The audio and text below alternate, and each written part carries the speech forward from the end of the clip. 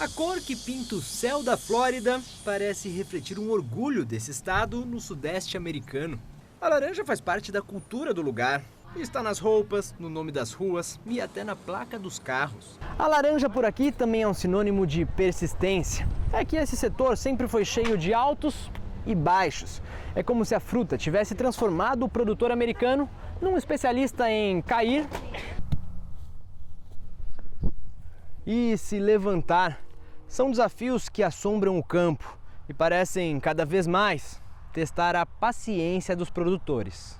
O amarelão, conhecido por aqui como greening, chegou aos Estados Unidos há cerca de 15 anos. A doença é causada por uma bactéria transmitida de uma árvore para outra por esse pequeno inseto chamado psilídeo. O resultado é que a planta passa a produzir frutos cada vez menores e que caem antes de amadurecer. Na Flórida, atinge em torno de 90% das plantas e devastou pomares inteiros. O diretor do Laboratório de Citros do Departamento de Agricultura dos Estados Unidos diz que há 7 anos o estado colheu cerca de 175 milhões de caixas. Nesse ano, se tudo correr bem, a expectativa é colher perto de 80 milhões. O greening afeta massivamente a produção do estado. O que estamos produzindo hoje é o equivalente ao que produzimos no começo dos anos 40.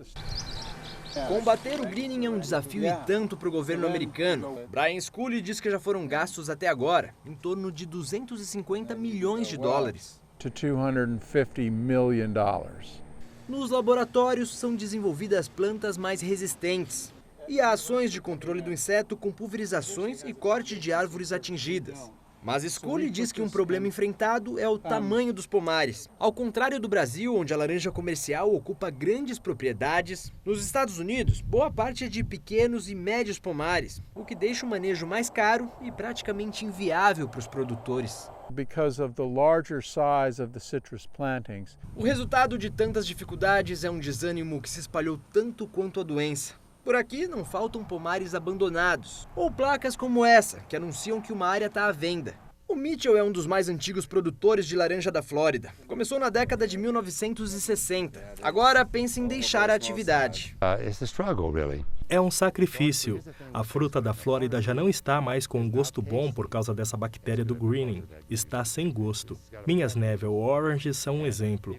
Muitas foram detonadas pelo greening, mas as que sobreviveram, eu provo as frutas e não sinto o gosto. Nós colocamos $20 mil no pomar este ano, em irrigação, nutrição, e não tiramos nem $1.000 de lucro até agora. Hoje está nas mãos do filho dele, o Hans, a decisão sobre o que fazer com o negócio da família. Aconselhei meu pai a não plantar citros nesse momento. A única opção segura para isso seria fazer em estufas fechadas, com telas. Mas o problema com as telas são os furacões. Estamos explorando outras opções. Eu não consigo te dar uma resposta e acredito que os outros produtores também não. Eu acho que o que está rolando agora é uma espera para ver o que acontece. Se na Flórida o amarelão atinge quase todos os pomares, no Brasil é diferente. O índice de contaminação é de 18% das plantas que formam o cinturão citrícola, região que mais produz laranja, e inclui municípios de São Paulo e Minas Gerais. O Juliano Aires, diretor do Fundo de Defesa da Citricultura, explica que aqui no Brasil, desde o início, a estratégia foi erradicar as plantas doentes. Os produtores americanos resistiram a essa ideia e preferiram tentar uma cura para a doença.